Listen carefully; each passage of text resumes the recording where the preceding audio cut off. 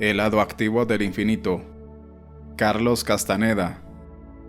Este libro está dedicado a los dos hombres que me dieron el ímpetu y las herramientas para llevar a cabo trabajo de campo antropológico, el profesor Clement Mayham y el profesor Harold Garfinkel. Siguiendo sus sugerencias, me sumergí en una situación de trabajo de campo de la cual nunca salí. Si no logré satisfacer el espíritu de sus enseñanzas, así sea, no pude evitarlo. Una fuerza mayor, que los chamanes llaman el intento, me tragó antes de que pudiera formular propuestas claras en el campo de las ciencias sociales. Prefacio. Sintaxis.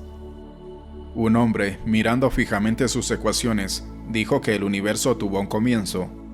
Hubo una explosión, dijo, un estallido de estallidos, y el universo nació, y se expande, dijo. Había incluso calculado la duración de su vida, 10.000 millones de revoluciones de la Tierra alrededor del Sol. El mundo entero aclamó. Hallaron que sus cálculos eran ciencia. Ninguno pensó que al proponer que el universo comenzó, el hombre había meramente reflejado la sintaxis de su lengua madre. Una sintaxis que exige comienzos, como el nacimiento, y desarrollos, como la maduración, y finales, como la muerte, en tanto declaraciones de hechos. El universo comenzó, y está envejeciendo, el hombre nos aseguró, y morirá como mueren todas las cosas, como él mismo murió, luego de confirmar matemáticamente la sintaxis de su lengua madre. La otra sintaxis. ¿El universo realmente comenzó? ¿Es verdadera la teoría del gran estallido? Estas no son preguntas, aunque suenen como si lo fueran. Es la sintaxis que requiere comienzos, desarrollos y finales, en tanto declaraciones de hechos, la única sintaxis que existe. Esa es la verdadera pregunta. Hay otra sintaxis. Hay una, por ejemplo, que exige que variedades de intensidad sean tomadas como hechos. En esa sintaxis, nada comienza y nada termina. Por lo tanto, el nacimiento no es un suceso claro y definido, sino un tipo específico de intensidad, y asimismo la maduración, y asimismo la muerte.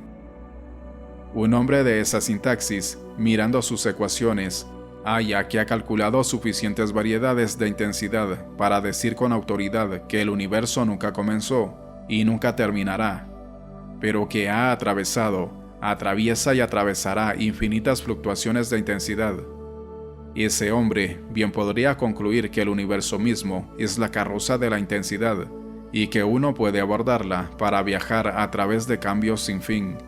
Concluirá todo ello y mucho más, acaso sin darse nunca cuenta de que está meramente confirmando la sintaxis de su lengua madre.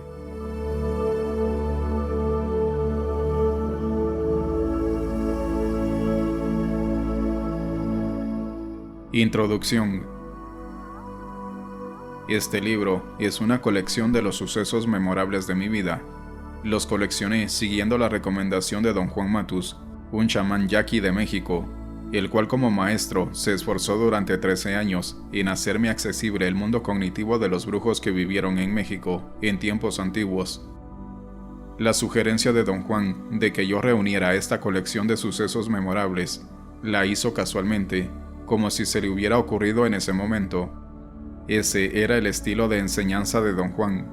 Encubría la importancia de ciertas maniobras detrás de lo mundano, y escondía, de esta manera, la punzada de la finalidad, presentándolas como algo que no difería de ninguna de las preocupaciones de la vida cotidiana. Don Juan me reveló con el paso del tiempo que los chamanes del México antiguo habían concebido esta colección de sucesos memorables como una auténtica estratagema para remover reservas de energía que existen dentro del ser. Explicaban que estas reservas estaban compuestas de energía que tiene origen en el cuerpo mismo y que es desplazada por las circunstancias de nuestra vida cotidiana hasta quedar fuera de alcance. En ese sentido, esta colección de sucesos memorables era para don Juan y para los chamanes de su linaje el medio para redistribuir su energía inutilizada. El requisito previo para esta colección era el acto genuino, llevado a cabo con todo el ser, de reunir la suma total de las emociones y las comprensiones de uno, sin dejar nada omiso. Según don Juan, los chamanes de su linaje estaban convencidos de que la colección de sucesos memorables era el vehículo para el ajuste emocional y energético necesario para aventurarse, en términos de percepción, a lo desconocido. Don Juan describió la meta total del conocimiento chamánico que él manejaba como la preparación para enfrentarse al viaje definitivo, el viaje que todo ser humano tiene que emprender al final de su vida. Dijo que a través de su disciplina y resolución, los chamanes eran capaces de retener su conciencia y propósito individuales después de la muerte. Para ellos, el estado idealista y vago que el hombre moderno llama la vida después de la muerte es una región concreta repleta de asuntos prácticos de un orden diferente al de los asuntos prácticos de la vida cotidiana, y que sin embargo tienen una practicalidad funcional semejante. Don Juan consideraba que coleccionar los sucesos memorables en sus vidas era para los chamanes la preparación para entrar en la región concreta que llamaban el lado activo del infinito. Estábamos, don Juan y yo, conversando una tarde bajo su ramada, una estructura abierta, construida de varas delgadas de bambú. Parecía un pórtico con techo que protegía un poco del sol, pero no de la lluvia. Había unas cajas fuertes y pequeñas, de esas que se utilizan para envíos de carga, que servían de bancas. Sus etiquetas de carga estaban desteñidas y parecían ser más de adorno que de identificación. Yo estaba sentado sobre una de ellas y estaba reclinado con la espalda contra la pared frontal de la casa. Don Juan permanecía sentado en otra caja, reclinado contra una de las varas que servían de soporte a la ramada. Yo acababa de llegar hacía 5 minutos. Había sido un viaje en coche de todo un día, en un clima húmedo y caluroso, y estaba nervioso, inquieto y sudado. Don Juan empezó a hablarme en cuanto me encontré cómodamente sentado sobre la caja. Con una amplia sonrisa, me comentó que la gente gorda casi nunca sabe combatir la gordura. La sonrisa que jugaba en sus labios me daba la impresión de que no se estaba haciendo el chistoso. Me estaba indicando, de la manera más indirecta y directa a la vez, que yo estaba gordo. Me puse tan nervioso que volqué la caja en que estaba sentado, y mi espalda golpeó con fuerza la delgada pared de la casa. El impacto sacudió la casa hasta sus cimientos. Don Juan me echó una mirada inquisitiva, pero en vez de preguntarme si estaba bien, me aseguró que no había dañado la casa.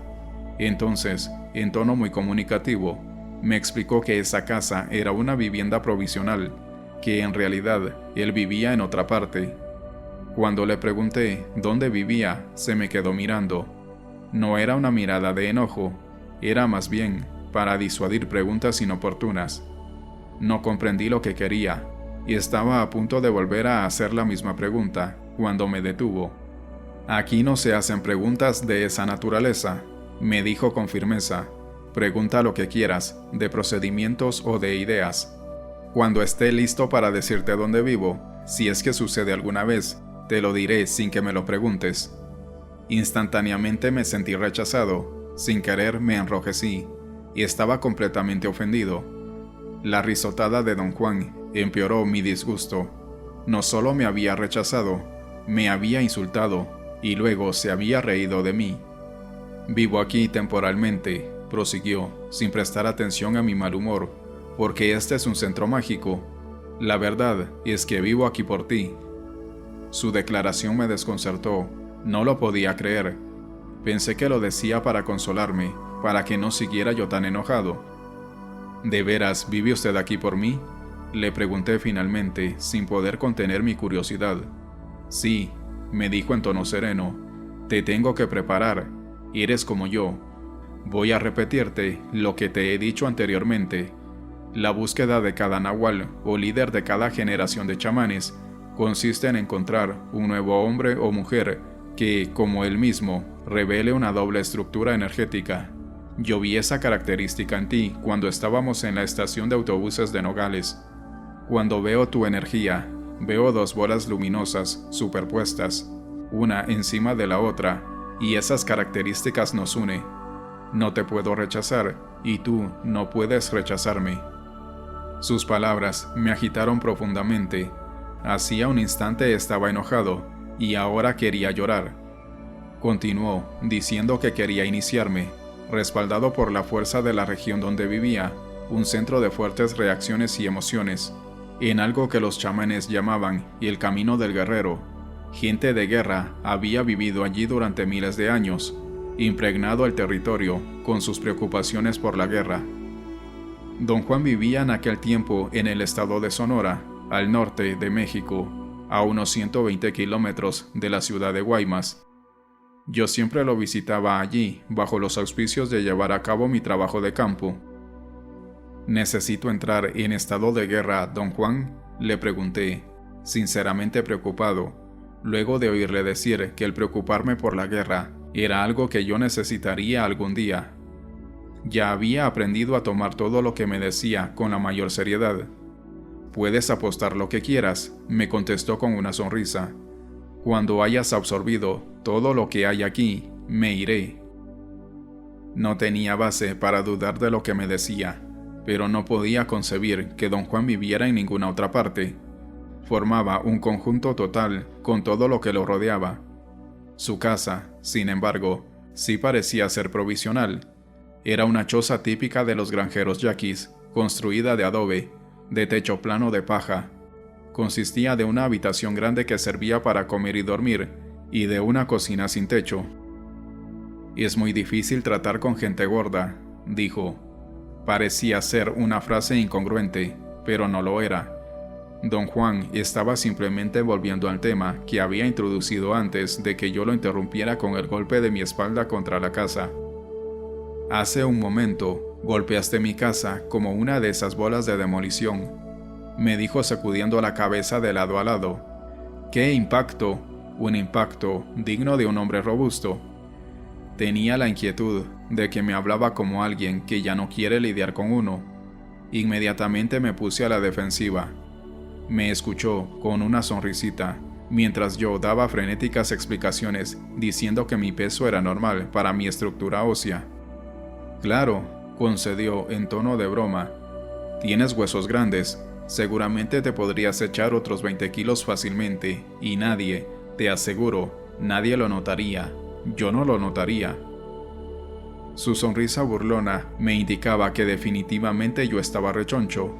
Me preguntó entonces sobre mi salud en general, y yo seguía hablando desesperadamente para desviar otros comentarios sobre mi peso. Él mismo cambió de tema. «¿Cómo van tus excentricidades y aberraciones?», me preguntó con cara impávida. Como idiota, le respondí que marchaban bien. Excentricidades y aberraciones era el nombre que él le había dado a mi afán de coleccionista. En aquel momento, había vuelto con nuevo fervor a hacer algo que había disfrutado toda mi vida, coleccionar lo que fuera. Coleccionaba revistas, timbres, discos, parafernales de la Segunda Guerra Mundial, como dagas, yelmos, banderas, etc. «Lo único que le puedo contar de mis aberraciones, don Juan, es que estoy tratando de vender mis colecciones», dije con aire de un mártir, a quien obligan a hacer algo odioso. «Ser coleccionista no es tan malo», dijo, como si verdaderamente lo creyera. «El quid del asunto no es ser coleccionista, sino lo que uno colecciona. Tú eres coleccionista de porquerías, de cosas sin valor que te aprisionan como lo hace tu perro. No puedes irte cuando quieras, si tienes que andar cuidando a tu mascota, o si tienes que preocuparte por lo que va a pasar con tus colecciones si no estás allí para cuidarlas». «Pero créamelo, si ando buscando quien me las compre», protesté. No pienses que te estoy acusando», me contestó. «Incluso, me gusta tu espíritu de coleccionista. Lo que no me gusta son tus colecciones, eso es todo. Me gustaría, sin embargo, utilizar tu ojo de coleccionista. Quisiera proponerte que hagas una colección que valga la pena». Don Juan hizo una breve pausa. Parecía que buscaba la palabra adecuada, o era quizás una vacilación dramática, bien calculada. Me clavó una mirada profunda y penetrante. «Cada guerrero, obligatoriamente, colecciona material para un álbum especial», siguió don Juan, «un álbum que revela la personalidad del guerrero. un álbum que es el testigo de las circunstancias de su vida. ¿Por qué le llama a esto una colección, don Juan?, le pregunté en tono alterado, o incluso un álbum. Porque es ambas cosas, me respondió, pero sobre todo es como un álbum de retratos hechos de recuerdos, retratos que surgen al recordar sucesos memorables. ¿Son esos sucesos memorables dignos del recuerdo de alguna manera especial? Son memorables porque tienen un significado muy especial en la vida de uno, dijo. Lo que te propongo es que hagas tu álbum, incluyendo en él un recuerdo completo de los sucesos que han tenido un significado profundo para ti. Cada suceso de mi vida ha tenido un significado profundo para mí, don Juan, dije agresivamente, y al instante sentí el impacto de mi propia pomposidad. No es cierto, me dijo sonriendo, aparentemente gozando inmensamente mi reacción. Todo suceso en tu vida no ha tenido un significado profundo. Hay unos cuantos, sin embargo, que considero capaces de haber cambiado algo para ti, de haberte iluminado el camino. Por lo general, los sucesos que cambian nuestro curso son asuntos impersonales y a la vez extremadamente personales. No quiero ser necio, don Juan, pero créame, todo lo que me ha sucedido cabe en esa definición, dije, sabiendo muy bien que mentía. Enseguida, después de haber pronunciado esa frase, quise disculparme, pero don Juan no me prestó atención. Era como si yo no hubiera dicho nada. No pienses en este álbum en términos de banalidades o en términos de un refrito trivial de las experiencias de tu vida, me dijo. Respiré profundamente, cerré los ojos e intenté calmar mi mente. Me estaba hablando frenéticamente a mí mismo acerca de mi dilema. En verdad, no me gustaba nada visitar a don Juan. Ante su presencia me sentía amenazado. Me atacaba verbalmente y no dejaba lugar para demostrarle lo que yo valía. Detestaba sentirme humillado cada vez que abría la boca. Detestaba pasar por imbécil. Pero había otra voz dentro de mí, una voz que me llegaba desde una mayor profundidad, más distante, más débil.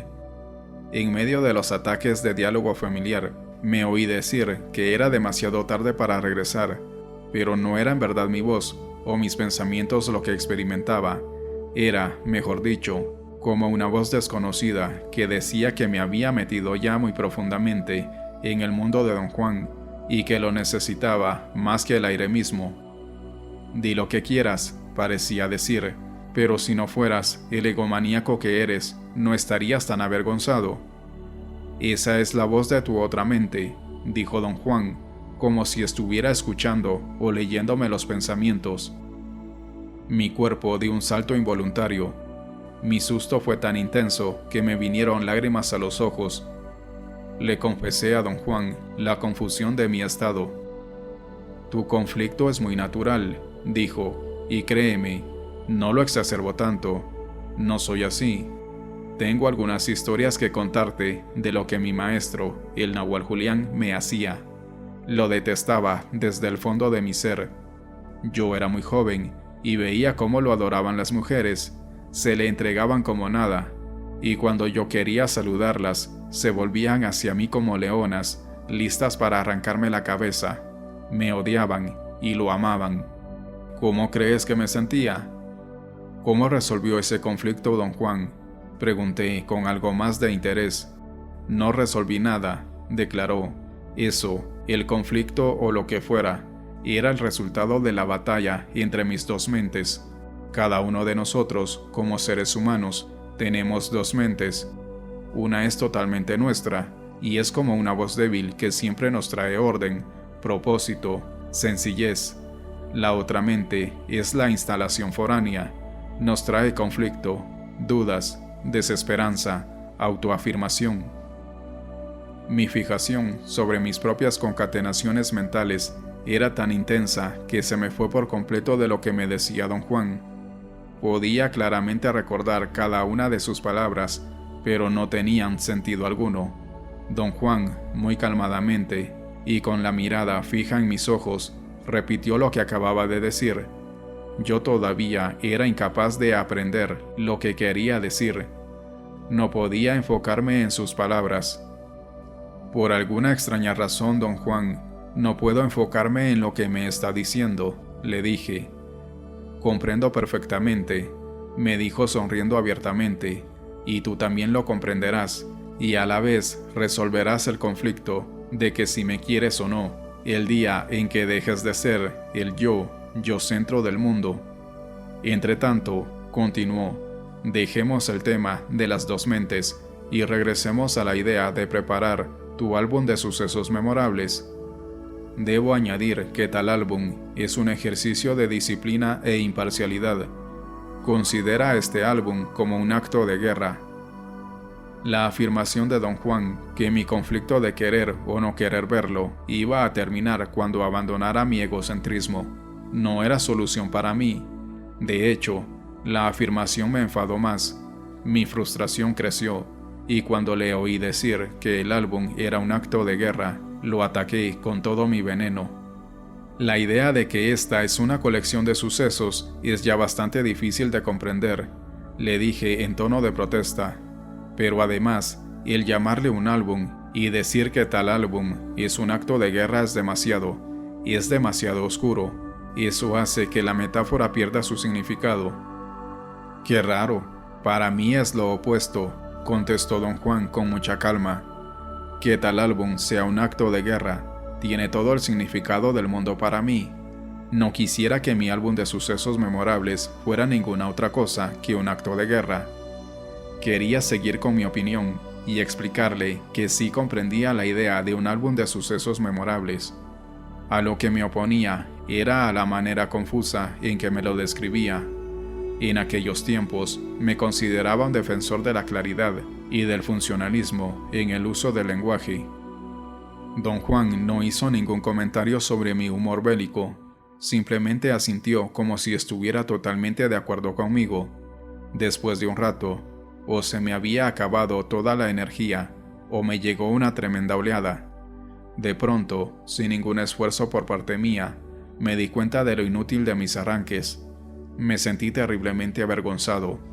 ¿Qué cosa se apodera de mí para comportarme de tal manera? Le pregunté a don Juan, muy sinceramente. Me encontraba, en aquel instante, totalmente confuso. Y estaba tan aturdido por mi realización que sin ninguna voluntad por mi parte, empecé a llorar. No te preocupes por detalles absurdos, me dijo don Juan para tranquilizarme. Cada uno de nosotros, hombre o mujer, es así. ¿Quiere usted decir, don Juan, que somos mezquinos y contradictorios por naturaleza? No, no somos mezquinos y contradictorios por naturaleza, contestó.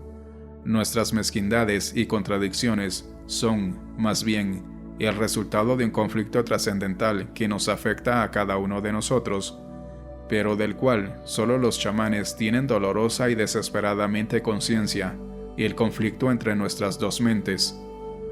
Don Juan me escudriñó, sus ojos eran negros como dos pedazos de carbón. Me habla y me habla de las dos mentes, le dije, pero mi cerebro no guarda lo que me está diciendo. ¿Por qué? Ya sabrás el por qué en su debido momento, dijo. Por ahora, basta que te repita lo que te he dicho anteriormente acerca de nuestras dos mentes. Una es nuestra mente verdadera, el producto de la experiencia de nuestra vida, la que raras veces habla porque ha sido vencida y sometida a la oscuridad. La otra, la mente que usamos a diario para todo lo que hacemos, es la instalación foránea. Creo que el quid del asunto es que el concepto de que la mente es una instalación foránea y es tan raro que mi mente se rehúsa a tomarlo en serio, dije, sintiendo que había descubierto algo nuevo. Don Juan no hizo ningún comentario a lo que había dicho. Continuó con su explicación sobre las dos mentes, como si no hubiera dicho nada. Resolver el conflicto entre las dos mentes es una cuestión de intentarlo. Los chamanes llaman al intento cuando pronuncia la palabra intento en voz fuerte y clara. El intento es una fuerza que existe en el universo. Cuando los chamanes llaman al intento, les llega y les prepara el camino para sus logros, lo cual quiere decir que los chamanes siempre logran lo que se proponen. ¿Quiere usted decir, don Juan, que los chamanes siempre consiguen todo lo que quieren? aunque sea algo mezquino y arbitrario? Le pregunté. No, no es eso lo que quiero decir. Se puede llamar al intento para cualquier cosa, contestó, pero los chamanes han descubierto a las duras que el intento solo viene para algo que es abstracto. Esa es la válvula de seguridad de los chamanes. De otra manera, serían insoportables. En tu caso, llamar al intento para resolver el conflicto entre tus dos mentes no es una cuestión ni mezquina ni arbitraria. Todo lo contrario, es un asunto etéreo y abstracto, y a la vez es tan vital para ti como te puedas imaginar. Don Juan hizo una pausa, y entonces volvió al tema del álbum. Mi propio álbum, siendo acto de guerra, exigió una selección de muchísimo cuidado, dijo. Es ahora una colección precisa de los momentos individuales de mi vida y de todo lo que me condujo a ellos. He concentrado en él todo lo que fue y lo que será significativo para mí. A mi parecer, el álbum de un guerrero es algo muy concreto, algo tan acertado que acaba con todo. Yo no tenía ninguna idea de lo que don Juan quería y a la vez lo comprendía a la perfección. Me aconsejó que me sentara solo y dejara que mis pensamientos, ideas y recuerdos me llegaran libremente. Recomendó que hiciera un esfuerzo por dejar que mi voz interior hablara y me dijera qué seleccionar. Don Juan me dijo entonces que me metiera en la casa y me acostara sobre una cama que había allí, y estaba construida de cajas y madera y docenas de costales que me servían de colchón. Me dolía todo el cuerpo, pero cuando me acosté sobre aquella cama, me sentí verdaderamente cómodo.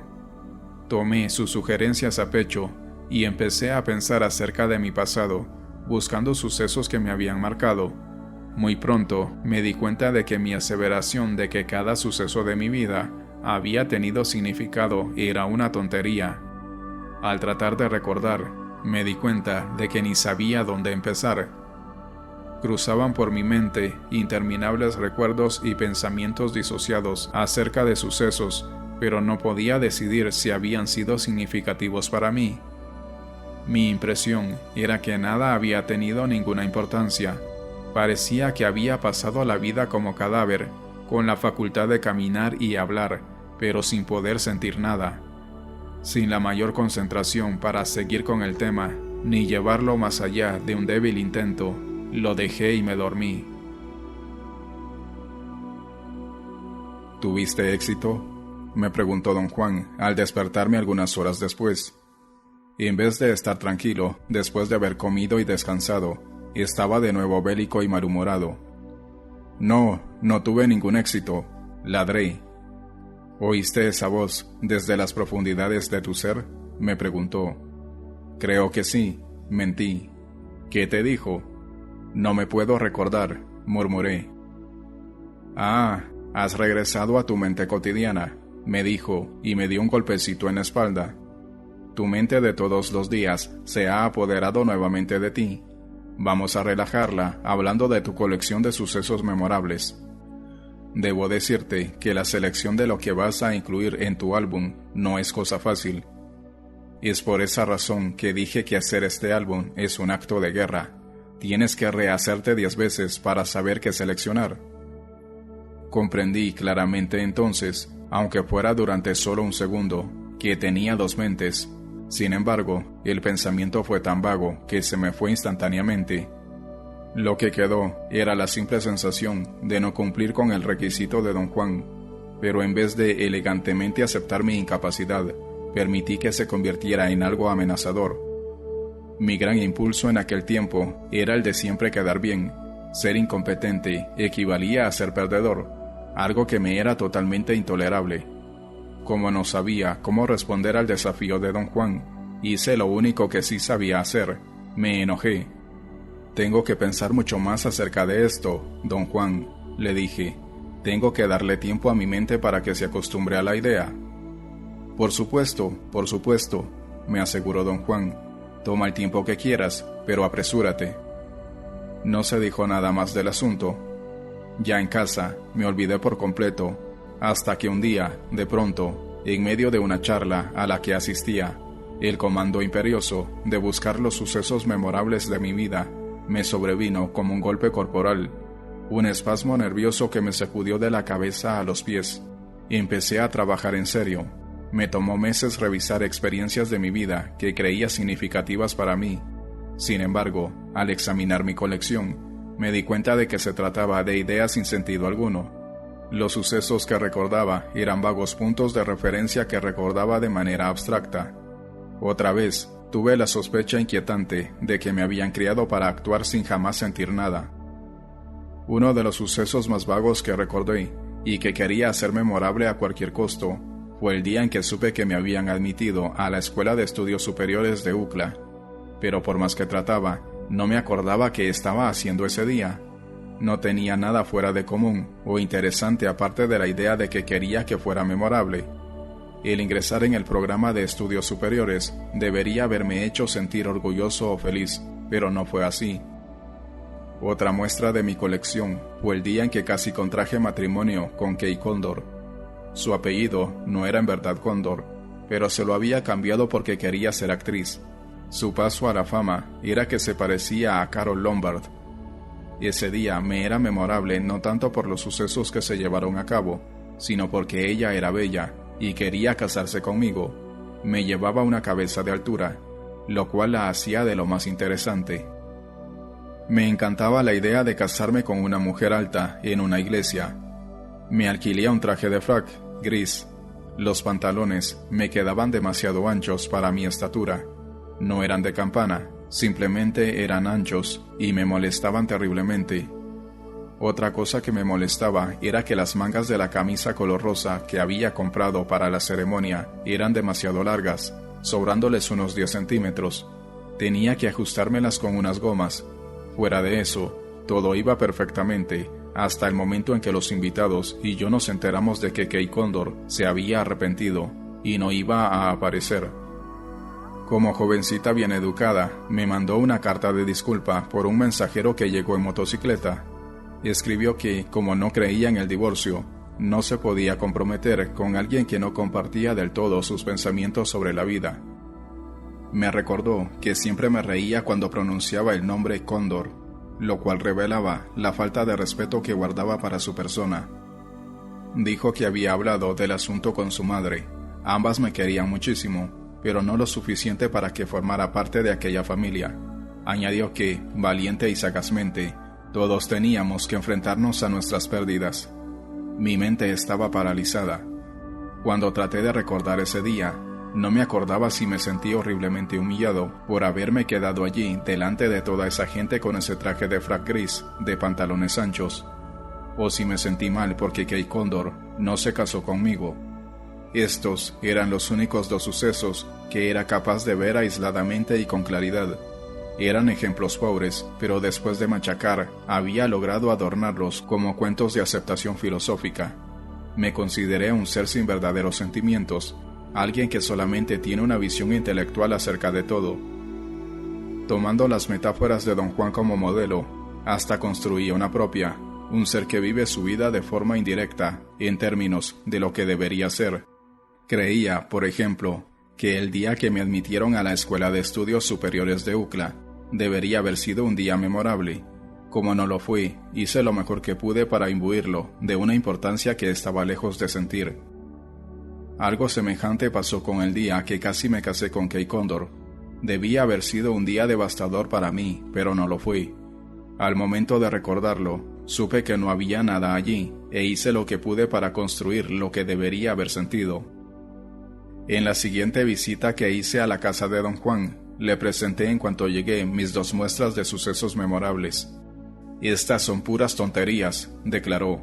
«Nada de esto sirve. Estas historias están ligadas exclusivamente a ti como persona que piensa, siente, llora o no siente nada. Los sucesos memorables del álbum del chamán son asuntos que aguantan la prueba del tiempo porque no tienen nada que ver con él, y sin embargo, él está en medio de ellos. Siempre estará en medio de ellos, por lo que dure su vida y quizá más allá, aunque no de manera del todo personal». Sus palabras me desanimaron, me dejaron del todo derrotado. Y en estos días, yo sinceramente pensaba que Don Juan era un viejo intransigente que encontraba un deleite especial en hacerme sentir imbécil. Me recordaba a un maestro artesano que había conocido en la fundación de un escultor, donde trabajaba mientras estudiaba en la escuela de arte. El maestro criticaba y encontraba fallas en todo lo que hacían sus aprendices avanzados y exigía que corrigieran su obra según sus recomendaciones. Los aprendices se daban vuelta fingiendo hacer las correcciones. Recuerdo el deleite del maestro cuando, al presentarle la misma obra, decía: «Ahora sí tienes algo que vale». No te sientas mal, sacándome de mis recuerdos. Durante mis tiempos estaba en las mismas. Durante años, no solo no sabía qué seleccionar, sino que pensaba que no tenía experiencias de dónde seleccionar. Parecía que nada me había pasado nunca. Claro que todo me había pasado, pero en mis esfuerzos de defender la idea de mí mismo, no tenía ni el tiempo ni la inclinación para darme cuenta de nada. ¿Me puede decir, don Juan, específicamente, qué tienen de malo mis historias? Ya sé que no son nada, pero el resto de mi vida es exactamente igual. Voy a repetirte esto, me dijo. Las historias del álbum del guerrero no son personales. Tu historia del día en que te admitieron a la escuela no es más que una afirmación de ti mismo en el centro de todo. Sientes, no sientes, te das cuenta, no te das cuenta. ¿Entiendes? Toda la historia tiene que ver contigo. ¿Cómo puede ser de otra manera, don Juan?, le pregunté. En el otro cuento casi llegas a lo que quiero, pero lo das vuelta y lo conviertes en algo en extremo personal. Ya sé que puedes añadir más detalles, pero esos detalles no son nada más que una extensión de tu persona. Sinceramente, no entiendo lo que quiere usted, don Juan, protesté. Cada historia vista a través de los ojos del testigo tiene que ser a fuerza personal. Claro, por supuesto, me dijo sonriendo, disfrutando como siempre de mi confusión. Pero en ese caso, no son historias para el álbum de un guerrero, son historias con otros propósitos. Los sucesos memorables que buscamos tienen el toque oscuro de lo impersonal, y ese toque los impregna. No sé cómo explicártelo de otra forma. En aquel momento creí tener un momento de inspiración y creí que comprendía lo que él quería decir con el toque oscuro de lo impersonal. Creí que se refería a algo un poco mórbido. Eso es lo que significaba para mí la oscuridad. Le relaté entonces una historia de mi niñez. Uno de mis primos mayores estaba en la escuela de medicina. Era interno y un día me llevó al depósito de cadáveres. Me aseguró que un joven tenía que ver a los muertos porque formaba parte de la educación de uno. Demostraba lo transitorio de la vida. Continuó arengándome para convencerme que fuera. Cuanto más hablaba de la poca importancia que teníamos como muertos, más despertaba mi curiosidad. Nunca había visto un cadáver. Finalmente, mi curiosidad por presenciar uno me venció y fui con él. Me mostró varios cadáveres y logró asustarme por completo. No le vi nada de educativo ni esclarecedor. Eran, francamente, la cosa más aterradora que había visto jamás. Mientras me hablaba, seguía consultando su reloj, como si esperara a alguien en cualquier momento. Obviamente, quería que me quedara en el depósito más tiempo de lo que permitían mis fuerzas. Siendo la criatura competitiva que era, creí que estaba poniendo a prueba mi resistencia, mi hombría. Apreté los dientes y decidí aguantarme hasta el final. El final llegó de manera que nunca hubiera soñado. Un cadáver que estaba cubierto con una sábana se movió con un fuerte estertor sobre la mesa de mármol donde yacían los otros, como si se preparara para levantarse. Hizo un ruido como de eructo, tan terrible que me pasó por el cuerpo una ráfaga de fuego y que quedará en mi cuerpo para siempre. Mi primo, el médico, el científico, me explicó que era el cadáver de un hombre que había muerto de tuberculosis y que sus pulmones habían sido comidos por bacilos que dejaron enormes agujeros llenos de aire, y que en casos como ese, cuando el aire cambiaba de temperatura, forzaba al cuerpo a sentarse o por lo menos a sufrir convulsiones.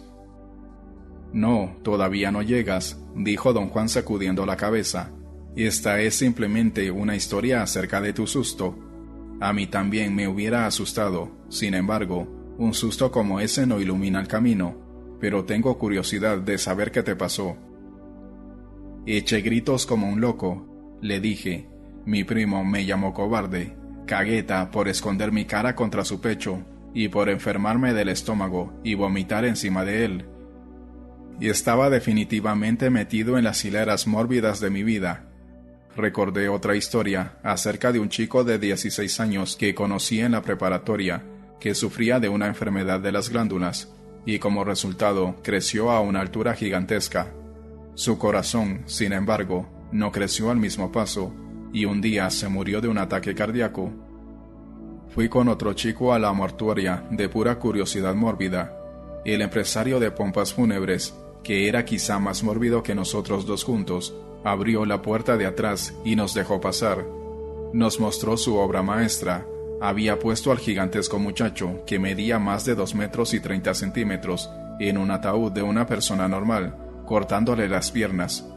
Nos mostró cómo las había dispuesto. El chico llevaba las piernas en sus brazos como 2 trofeos.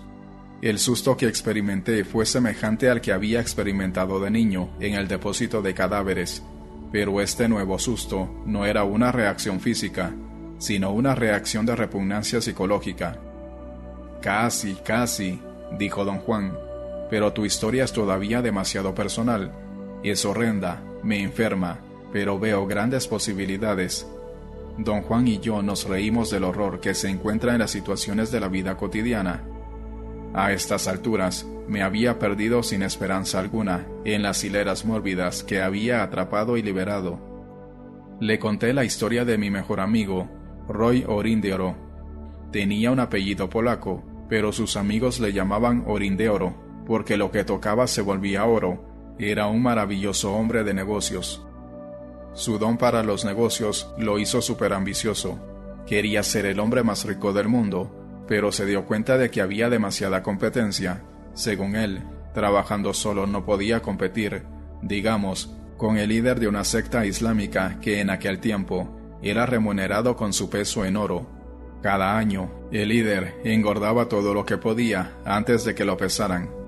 Entonces, decidió limitarse a ser el hombre más rico de los Estados Unidos. La competencia en ese sector era feroz. Se limitó aún más. Quizá podría ser el hombre más rico de California. Era también demasiado tarde para eso. Finalmente, a pesar de sus cadenas de pizzería y heladerías, perdió la esperanza de poder hacerle competencia a las familias establecidas que ya se habían apoderado de California. Se contentó con ser el hombre más rico de Woodlands Hills, un barrio en las afueras de Los Ángeles, donde él vivía, pero desdichadamente, a unos cuantos pasos de su casa vivía el señor Marsh, el dueño de unas fábricas de colchones de primera calidad, que era de fama nacional, y era más rico de lo que uno pudiera imaginarse. La frustración de Roy no tenía límites. Su impulso por lograrlo todo era tan intenso que, finalmente, le falló la salud. Se murió de un aneurisma en el cerebro. Como consecuencia, su muerte me condujo una tercera vez a una casa mortuaria. La mujer de Roy me rogó, como era su mejor amigo, que me asegurara que el cadáver fuera bien vestido. Llegué al mortuorio y un secretario me hizo entrar a las salas interiores. Al momento preciso de mi llegada, el director trabajaba sobre una alta mesa con tapa de mármol y estaba empujando con fuerza los extremos del lado superior del cadáver, que estaba ya en estado de rigidez cadavérica, con sus dedo índice y meñique de la mano derecha, mientras mantenía el dedo mayor contra la palma. Una sonrisa grotesca apareció en la cara muerta de Roy, al tiempo que el director dio media vuelta hacia mí, diciendo en tono servil: «Espero que encuentre todo esto satisfactorio, señor». La mujer de Roy, nunca se sabrá si de verdad lo quería o no, decidió enterrarlo con toda la pompa chillona posible, ya que, según ella, su vida lo merecía. Había comprado un ataúd muy caro, hecho a la orden, que parecía cabina de teléfono público. La idea la había sacado de una película. Roy iba a ser enterrado sentado, como si estuviera haciendo una llamada telefónica de negocios. No me quedé a la ceremonia. Salí sintiendo una reacción violenta, entre impotencia y furia, ese tipo de furia que no encuentra desahogo. «Pero qué mórbido estás hoy», comentó don Juan, riéndose. Sin embargo, a pesar de eso, o quizá a causa de eso, casi estás por llegar. Lo estás tocando. Siempre me maravillaba el cambio de humor que experimentaba cada vez que iba a ver a don Juan.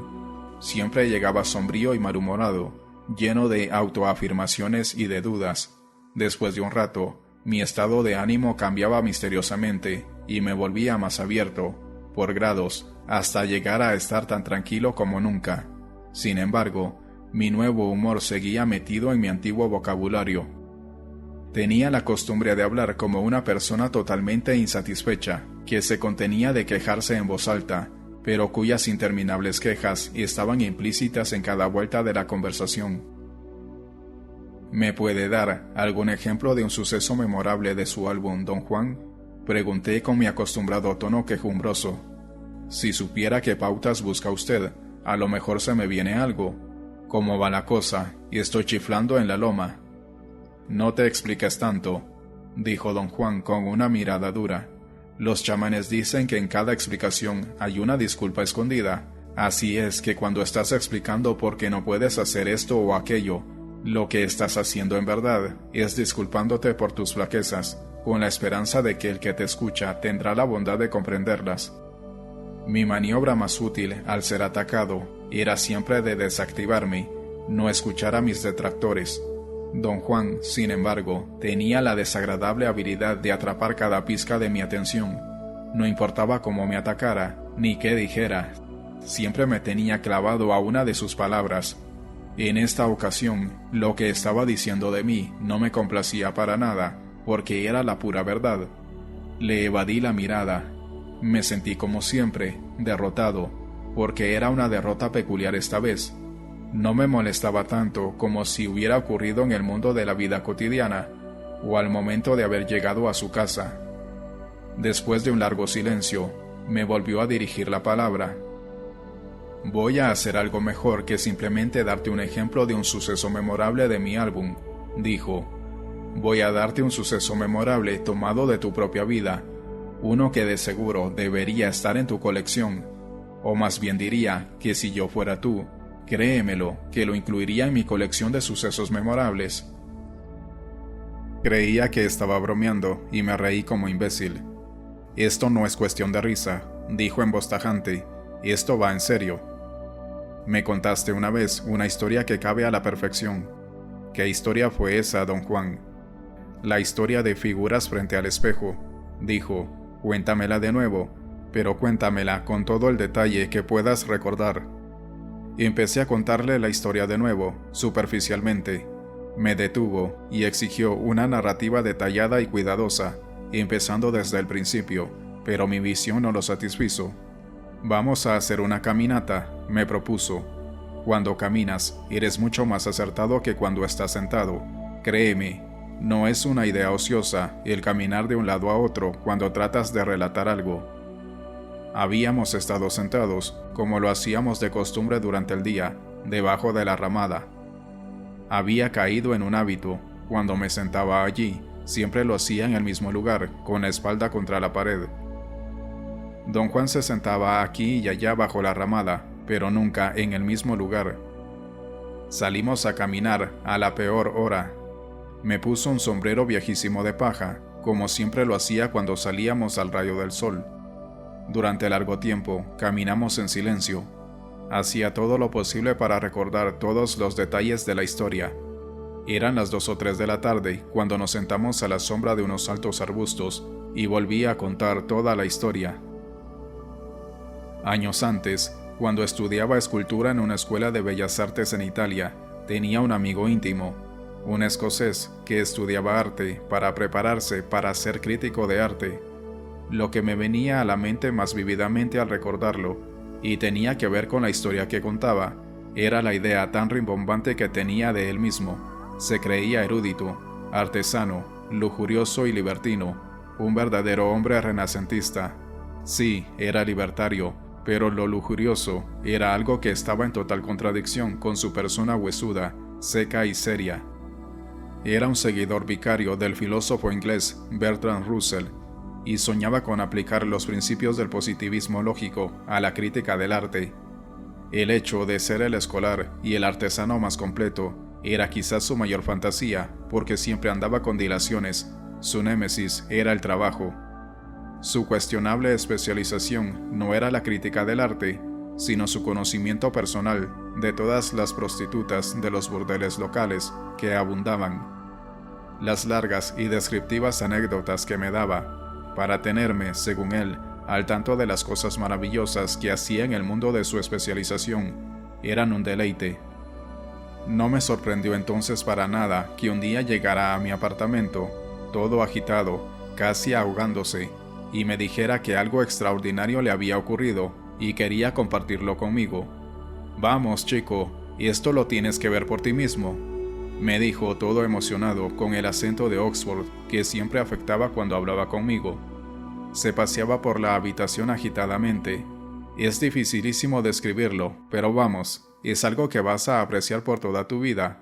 Caramba, la impresión. Vamos, te va a quedar para siempre.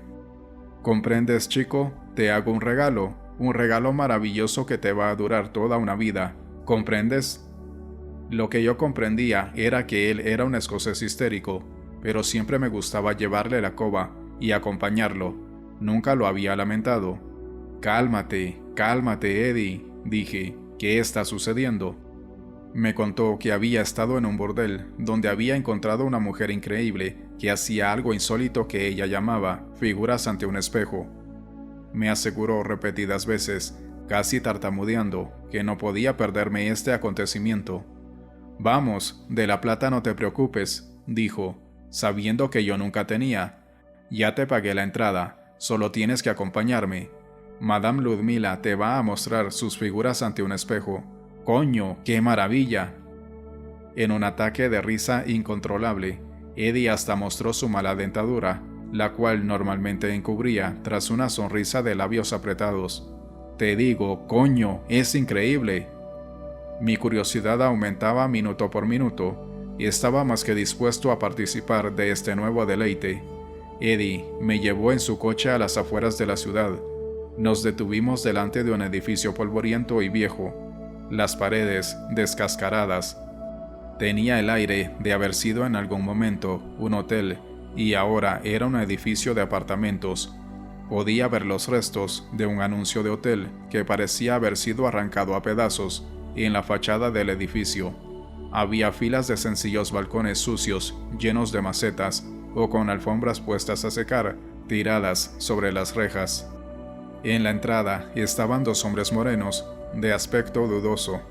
Llevaban zapatos negros y puntiagudos que parecían quedarles demasiado chicos. Recibieron a Eddie efusivamente. Tenían ojos negros, furtivos y amenazadores. Los dos llevaban trajes brillosos azul claro que les venían demasiado entallados. Uno de ellos le abrió la puerta a Eddie. A mí ni me miraron. Subimos 2 tramos de escaleras desvencijadas que en un tiempo habrían sido lujosas.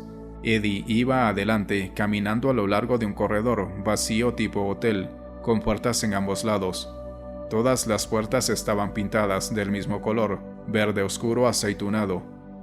Cada puerta llevaba un número de latón, oscurecido por el tiempo, casi invisible contra la madera pintada. Eddie se detuvo delante de una de las puertas. Observé el número 112, tocó repetidas veces.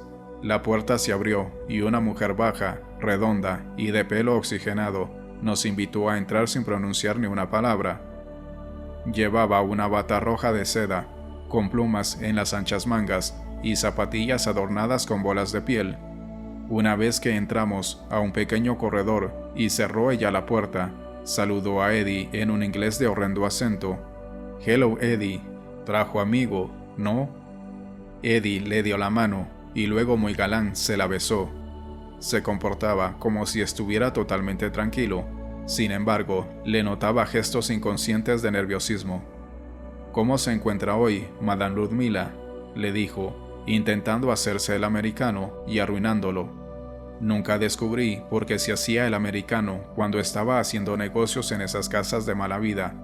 Sospechaba que lo hacía porque los americanos corrían la fama de tener dinero, y así podía él establecerse con la fama de un americano rico. Eddie se volvió hacia mí y dijo en su fingido acento americano: «Mira, chico, aquí te dejo en manos de esta muchacha».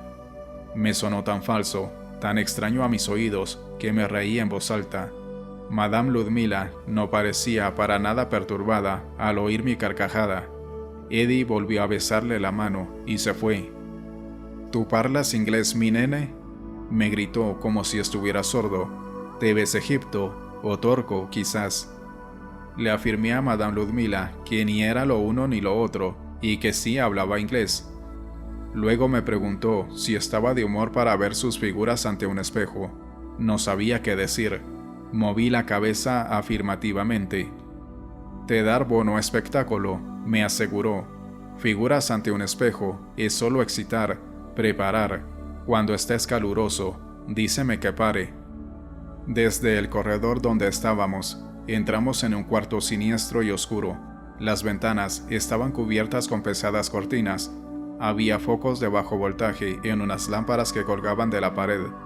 Los focos tenían forma de tubos y salían de la pared misma, en ángulo recto.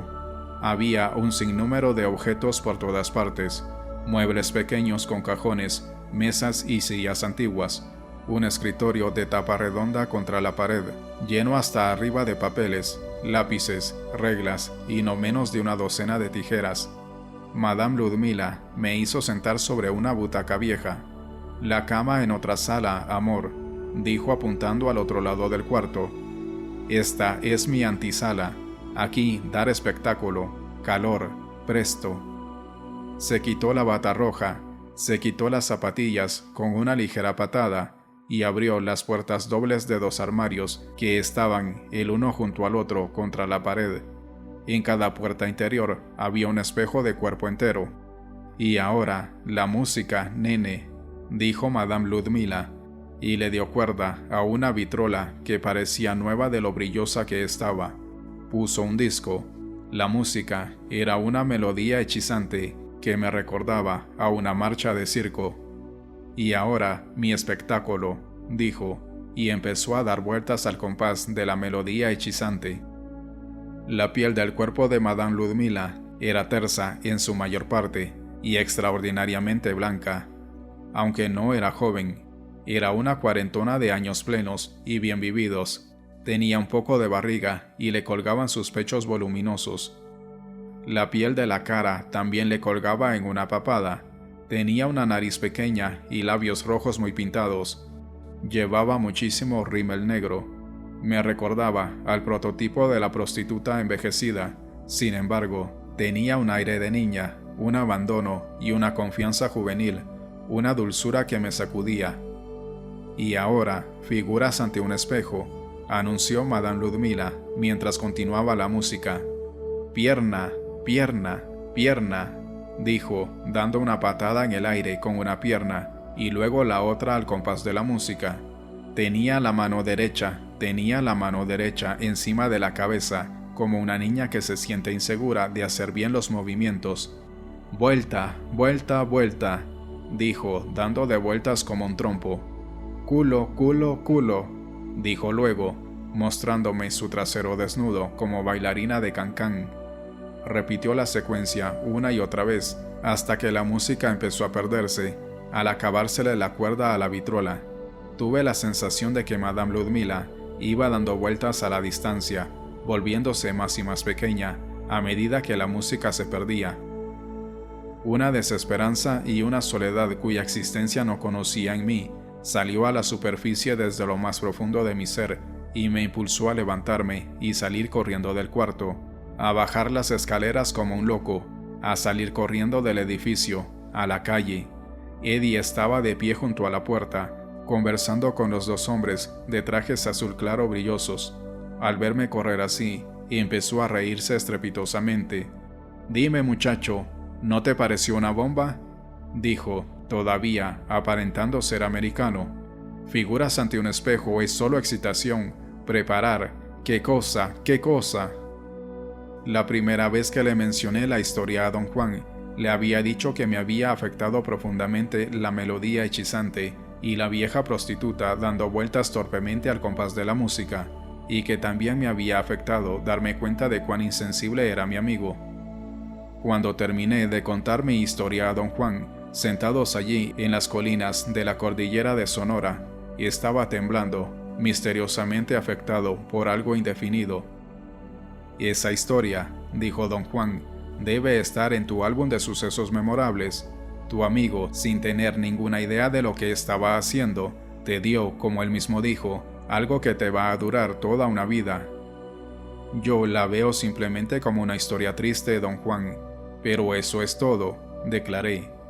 Cierto, es una historia triste, igual que tus otras historias, contestó don Juan, pero lo que la hace diferente y memorable es que nos afecta a cada uno de nosotros como seres humanos, no solo a ti, como en tus otros cuentos, ¿no ves? Como Madame Ludmila, cada uno de nosotros, joven o viejo, de una manera u otra, está haciendo figuras ante un espejo. Haz cuenta de lo que sabes de la gente, piensa en cualquier ser humano sobre esta tierra, y sabrás sin duda alguna que no importa quién sea, o lo que pienses de ellos mismos, o lo que hagan, el resultado de sus acciones es siempre el mismo, insensatas figuras ante un espejo.